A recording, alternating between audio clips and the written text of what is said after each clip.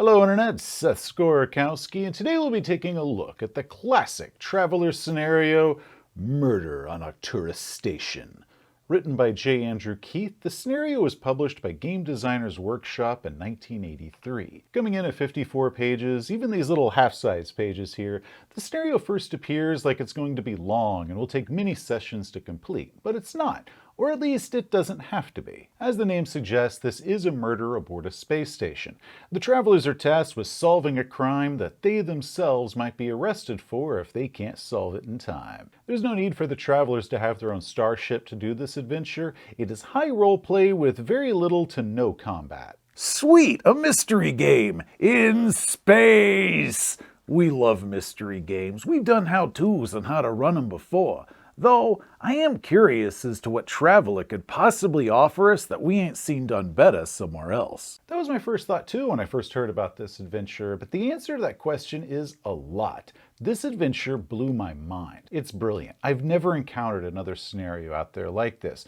Not only is the mystery very good, with a great cast of characters, with great motivations, it is hands down the most replayable scenario that I have ever encountered. In fact, I would recommend this adventure to any game master who is interested in running or writing a mystery adventure, whether they play Traveler or not. And the reason is because Murder on Arcturus Station is less of a pre-written adventure scenario and more of a toolbox to help game masters create their own mystery. This also means that it requires a lot more game master prep in order to run this. This is by no means a grab-and-go adventure. The summary is this. The travelers are tasked with finding the murderer of a rich corporate executive. It gives us 9 suspects, each with solid motivation as to why they would do it. Was it the estranged wife? Was it the mistress, a jealous rival, a Soleimani rebel, the Aslan noble? And what makes this module interesting is that it doesn't tell you. Each of the 9 suspects are given up to 3 different ways that they could have performed the murder, and they're given alibis whether they did or did not do it. The murder might be done through a shooting, a stabbing, a strangulation, a poisoning, or a bomb. It gives the game master the tools to decide not just who committed the crime, but how they committed the crime. Okay, so we got 9 different suspects, and each of those with multiple ways they could have committed the murder. That is 18 different ways this adventure could go. That is some serious replayability right there. Oh, it gets better than that. Each innocent suspect might have to roll in this table, changing their reactions and relations to one another. One might falsely accuse another suspect, while another might know the killer's identity and be trying to blackmail them. Or they're the killer's ally, or maybe they're just particularly uncooperative with the travelers. The killer also gets to roll on this chart, which changes their behavior. Maybe they'll try to kill the traveler, or maybe plant evidence to frame another suspect, or maybe they'll kill any suspects who've guessed their identity, and now we have multiple murders to solve. These aspects can change the game significantly. So even if you had a game master who ran the scenario twice, and with both of those used the same killer and the exact same method as to how they did it, the behavior of all the suspects that are surrounding it that the travelers interact with could be so different that both of those scenarios would be extremely unique from one another, even though they still have the same killer and the same means of doing it. Game masters could also strengthen or weaken alibis, making them easier or harder to rule out that they did or did not do it. Or they can choose to use less suspects than the full 9. Recommending 3 is the minimum, that way there's still a little bit of mystery as to who the killer is. That means that the game could be used as kind of a short 3 to 4 hour session adventure if you're only using 3 suspects. Or if a game master wanted to use all 9 suspects, it could be a long, multi-sessioned adventure, where each session might take up a day of the investigation until they find the killer. Wow, this adventure somehow pulled off the best parts of the Clue board game and a tabletop role-playing game in the same package. And the best part of all this is going to be the first scenario review where we ain't got to drop a spoiler warning because you can't spoil it. However, one game master decides to run this adventure is going to be completely different than how the next game master runs this adventure. Well, there are a couple little things that could still be spoiled. They're small, so we are still going to do a spoiler warning for this one. Also, I do have a few criticisms and tips or suggestions for game masters out there who might want to run this for themselves. For one, the opening portion of this module needs work. The introduction is by far the weakest part of this adventure, but it's also easy to fix as long as you know what to look out for. Next, it's a little bit dated. Sure, it takes place in the distant future, but that's also the distant future is interpreted through the eyes of the early 1980s, so it doesn't take into account certain things like security cameras, which would be a factor if it's going to be played by somebody in a modern audience. I'll also discuss how I organized this adventure when I ran it for my group, to hopefully help other game masters out there when trying to figure out how they want to organize it when they're going to run it for their own groups. Fair enough. So, for any of you players out there in YouTube land, there will be spoilers. So if you ever want to experience this adventure, please stop here. But definitely send your GM this way to learn how to run this adventure for you. But if you keep going and you spoil yourself, don't say you weren't warned. Okay, Game Masters, let's get this thing started. As I said, the adventure is more of a framework on how to build a mystery game than a ready-made adventure that you can just grab and go out of the box. So you are still going to have to do an incredible amount of prep before you run this thing. It starts with the travelers already on Station 3, which is located in a huge asteroid belt. They've completed a job for a mining corporation in recovering a stolen ore carrier from a group of disgruntled employees. However, they're now waiting around the station for their boss, Ringel Urkashan. At least I think that's how you pronounce it. I don't really know, but we'll just go with that. They're waiting for him to arrive so he can pay them the 50,000 credits each that he owes them because they completed this job. However, Urkashan is ghosting them at the moment. He shows up at the station, he hangs out for a few days, but he refuses to meet with the travelers, and then he leaves for a week, and then he comes back, and he's finally agreed to meet with them after they've been waiting this whole time. So the scenario opens as they're finally getting to meet their boss to be paid for this job that the characters did, but the players never actually played. So my biggest criticism of this adventure is that there is no first adventure. We only get to reference a first adventure. Now that's no big deal if you're going to be running this as a one-shot and this is the only time you're ever going to be playing those characters, or maybe this is the beginning of a campaign, so whatever happened before the beginning doesn't really matter that much. But if you're going to be trying to work this into an existing campaign, Game Masters should probably try to run an initial adventure for the player characters rather than just kind of telling the players of something they did that they didn't actually do. All we know is that they did the job. During it, they heard rumors that Urkashan is disliked by just about everybody working for them. The job took a little bit longer than expected to complete, and even though they did the job and they uncovered the conspiracy and recovered this valuable ore ship with its full cargo of ore, they didn't complete the small little minor detail of learning the ringleader's identity. So Game Masters, you can either write this adventure for your players to play in, or incorporate a very different adventure that you want, as long as it kind of meets the credentials of what you need it to do, such as it's in Arcturus and they did the job, except for some small minor detail that they probably don't even think about. All I'm hearing is that we're hanging out in a space station waiting to get paid for a job that we didn't even play.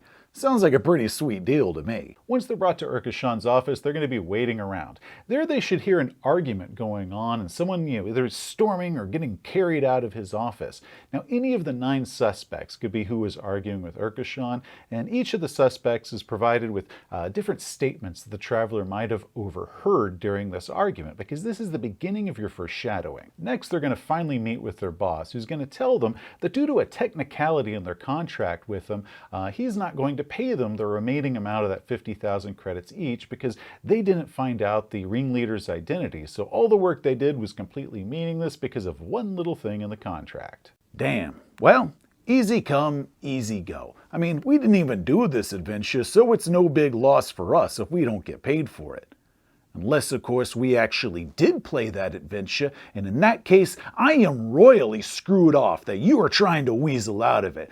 I want my 50 grand, you lowlife snake. As I said, I really would have preferred to have some sort of prequel adventure that was done for this. That way this guy that's weaseling out of trying to pay for this job that the travelers did feels a lot more personal to the players. If the players actually did this job, and now this guy is refusing to pay them for it. As they're leaving this job or they're being escorted out, just depending on how the travelers react to being told they're not going to be paid, they're going to see another suspect that's in the lobby of his office who's either yelling or getting themselves worked up to speak with Urkashan, getting into some sort of argument that the travelers hear as they're leaving his office. Again, Game Masters, you're going to need to decide which suspect this is and who they see and what they hear when it comes to this other little bit of foreshadowing. Also, at some point in the day or the evening after this, the travelers may witness a third suspect confront Urkashan and hear some sort of statements about him, some sort of history between these two people. Later that night, and you get to decide when, the station manager, Marcia Aguilar, is going to find the player characters and she's going to inform them that Urkashan is now dead. Dead? Ah, damn! That stupid jerk owed me 50,000 credits. Now, Marcia is somebody that the travelers know. She is a friend of theirs. Either she befriended them during that initial job that they did for Urkashan, or they might just be an old contact or ally that the travelers made during character creation. She tells them that there's a police inspector that's already en route from the system starport to find this killer, but it's going to take him 3 days before he can arrive at the station. Then, 2 days after that, the weekly inter-system liner should arrive and take people away from the station. So if they can't find the killer within 5 days, the killer might get away. Well, good for them, but what's this got to do with me? She tells them that this inspector is known for hating travelers, and unless she can provide this guy with a solid suspect as far as who did the crime, he's likely just going to say that the travelers did it. After all, everybody knows that the travelers were mad at Urkashan because he screwed him out of a lot of money, and they had a motivation to kill him, so if they can't find a better suspect, they're probably going to be it. Whoa, whoa, whoa. We did not do that. I mean, I ain't saying that we didn't want to kill that guy, but I swear we did not kill that jerk. Because the station operates on a skeleton crew, and this is all explained in the module, I'm not going to go too much more in detail on this, Marcia can't perform a big investigation herself. She knows and she trusts the travelers, she believes that they didn't commit the crime, so she wants them to help her out in solving the case. To sweeten the deal, she tells them that she has some contacts with Landmark Minerals. She's friends with the vice president there, and if they can help her out and help find the killer of their president,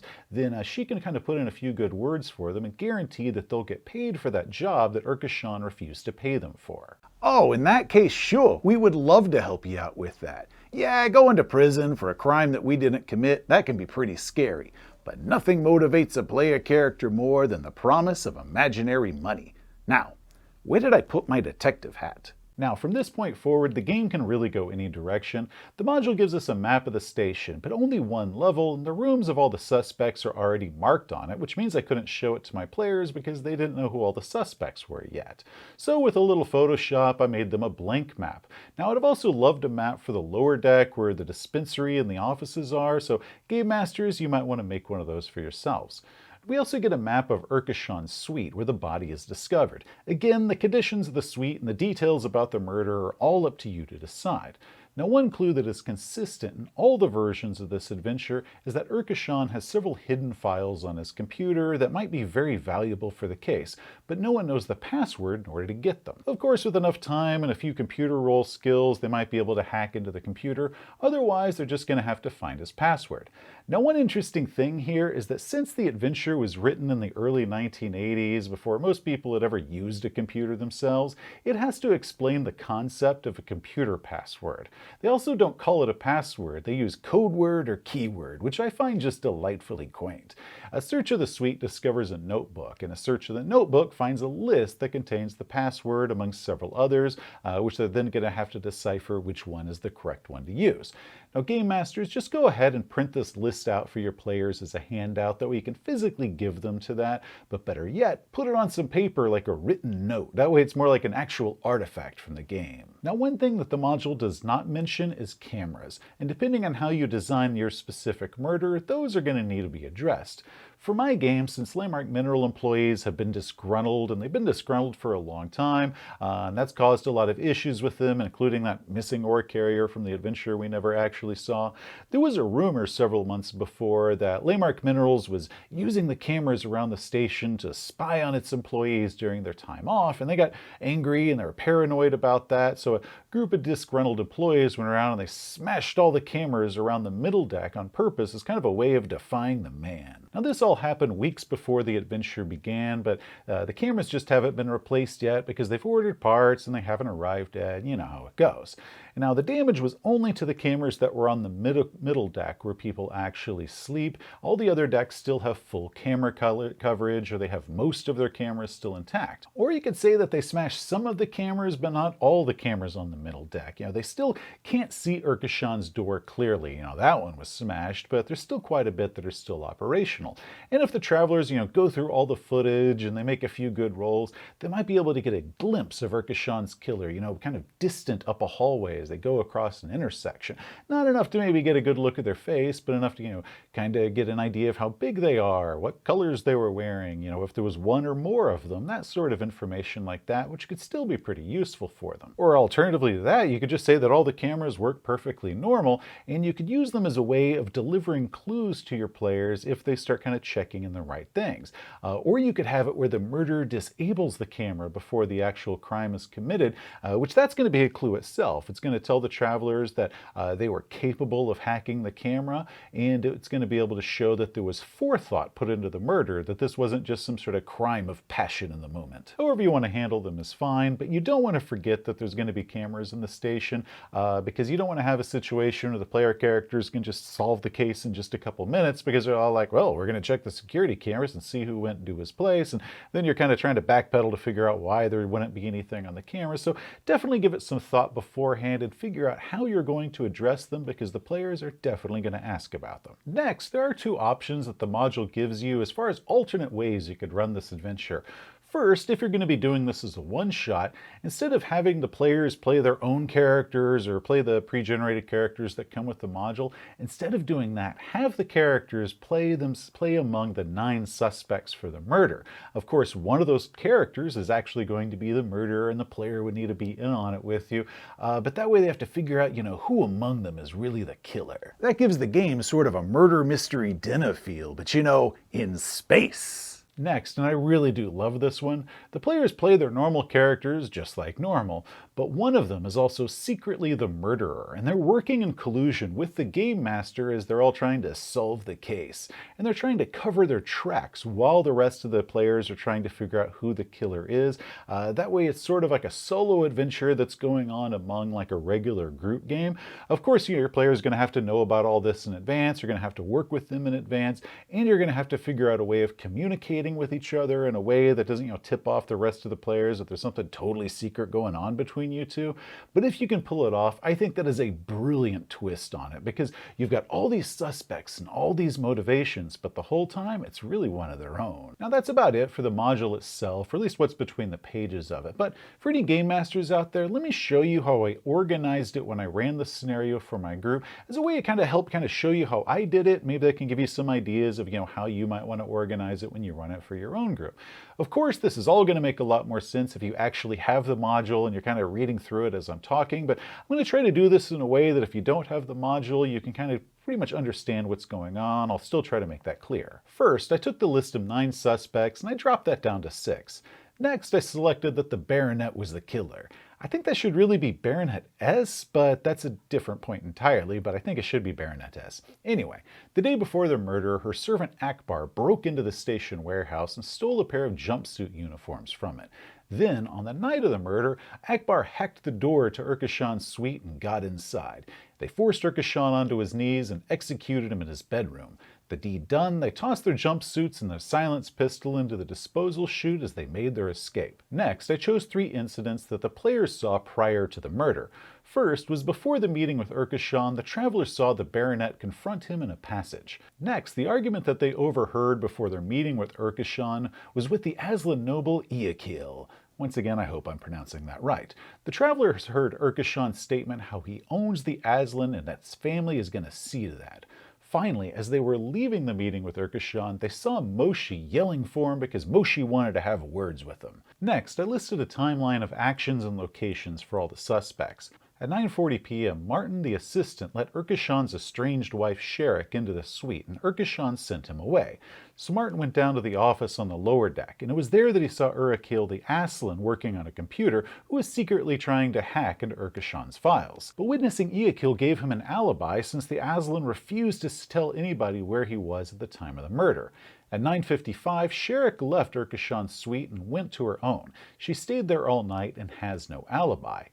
At 10 p.m., Moshi visited Urkashan and confronted him about Katarin. They fought in Urkashan's office, smashed some furniture, then Urkashan got to his knife and injured Moshi, who then left. At 10:15, Moshi checked into the clinic about his injury. He was quickly visited by Katarin. At 10:20, Urkashan made a video call requesting a cleanup crew to come to his office in the morning. Now, during that call, a good roll from the traveler, if they're watching the recording of that, would see that Urkashan was kind of cleaning something with a rag just at the bottom of the screen, and if they looked really closely, they could see that he was cleaning a dagger. At 10:45, the Baronet and Akbar entered Urkashan's suite and murdered him. At 11 p.m., Katerin left Moshi in the dispensary and returned to the suite where she discovered and reported the murder. I found it useful just to go ahead and list all the times out on a piece of paper when I ran the game. Here it is. That way when the players were asking me questions, I could keep all the times consistent and I didn't get confused and give them a time that wasn't what I meant, and all of a sudden they're finding plot holes in it and they think they're finding clues when it's really just that I'm screwing up and not really running the game in an organized way. So I found it best just to go ahead and write out this timeline. That way, as the players are asking questions and they're looking for clues and they're interviewing suspects, I at least knew what the proper times were, and that way if they deviated from that, it was because the character was actually lying to them. Next, I rolled on the relations table. It gave me that Martin would claim his suspicion that Sherrick was the killer, and it was him who informed the traveler that she is at the station and under an assumed name, which he doesn't know the assumed name, so it's going to be up to the travelers to figure that out. Sherrick, once they find her, believes that Iakil was the killer and says that Urkashan has been blackmailing him. She tells the travelers that there is proof hidden in Urkashan's computer, and all they need to do is find the password and they can find the proof that he is really the killer. This also works as a good clue to tell them that they need to get into Urkashan's files. Finally, Moshi was very willing to speak with the travelers, and he wasn't going to hold anything back, which was fine because he had a solid alibi, being that he was in the dispensary before Urkashan's video call, which was recorded, and he didn't leave until after the body was discovered. Next, I placed some clues around the crime scene. Urkashan was executed in his bedroom. His office showed signs of a struggle, but then some sort of rudimentary cleaning had been performed, but not a thorough cleaning. They also discovered a dagger with a rag that had some blood wiped on it, and this was all from the fight with Moshi, but the travelers didn't know that yet, so at first they thought that all of that was related. Checking the suite door would find evidence that it was tampered with and aired out at 10:45. This told them that whoever did it broke into the room and had the skills in order to hack the door. And of course, the disposal chute held the murder weapon and the jumpsuits. Now these things automatically empty into the recycler every few hours, so before the game, I rolled that they were going to do that at 8:30 in the morning, and if the travelers didn't look inside the disposal chute before that time, the evidence was going to be, whisked away and destroyed, and they were never going to find it. Finally, if they asked around the station, meaning they used some corral skills, they learned from a random guess that they saw two maintenance workers outside Urkashan's door around 10:45, which of course the station could verify nobody was scheduled to be there at that time. If the travelers then researched those station uniforms, either because they found the discarded ones or heard a rumor that somebody was outside the door at the time, they would learn that there was a break-in at the station warehouse. Then with some electronic skill rolls, if they're going through all the security footage, it's going to show that the person who committed the crime was very actively avoiding the security cameras. They were obviously trained in this sort of thing. However, if they made a good enough roll, they were going to catch like a reflection, and in that reflection they would see that the perpetrator was Akbar, who was the servant to the Baronet. In Urkashan's files, I chose that the information that they would find would be evidence of Iakil's blackmail, that Urkashan was sending information to one of the company's competitors in exchange for a job. They'd find information on Sherrick's lawsuit, evidence of the flame job that Urkashan did against the Baronet, and they were also going to find evidence that Urkashan had been denying Martin a promotion that he was recommended for. And finally, because the Baronet was the murderer and her alibi is said to be supported by her staff, there's no staff listed for her outside of Akbar, so I made 3 staff members for her: a personal secretary, a maid, and a cook. I gave each of them some personalities, and interviewing them could find holes in the Baronet's alibi because she had ordered them to cover for her. With all of this and a great deal of improvisation, once I finally made contact with the player characters, the session lasted us about 5 to 6 hours and was an absolute screaming hit. It was awesome because as we kept uncovering more and more of these backstories, we'd find all sorts of motivations of why they might kill this guy. And we'd be all like, it has got to be this person right here. And then we get a little bit more and we're all like, no, it has got to be this person right here.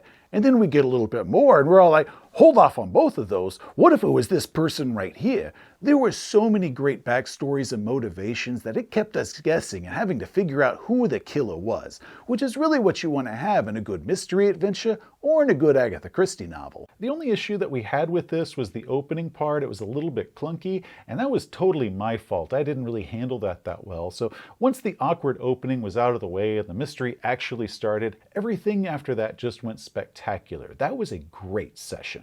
Overall, I really dig this scenario. It is a fantastic tool to teach game masters how to organize and execute a solid mystery game. You can find it on DriveThruRPG for just $5, links below, or of course you can get a physical copy off of eBay like I did. I suggest that you check it out. Hey, thanks for watching. If you enjoyed the video, please give it a thumbs up. If you want to see some more of our stuff, such as game reviews, or how-tos, or entire series that we're doing over how to play Traveler, just hit that subscribe button. Till next time, gamers, you have a great day. You know, the only thing this adventure is really missing is a butler, the perfect killer. That or a wise bartender, you know, someone named Sam or Al that can sit around and listen to the player character's woes and then drop that nice little nugget of advice that can get a stalled investigation back on track. Yeah, it could use those two things. Then again, I think I say that about every mystery adventure.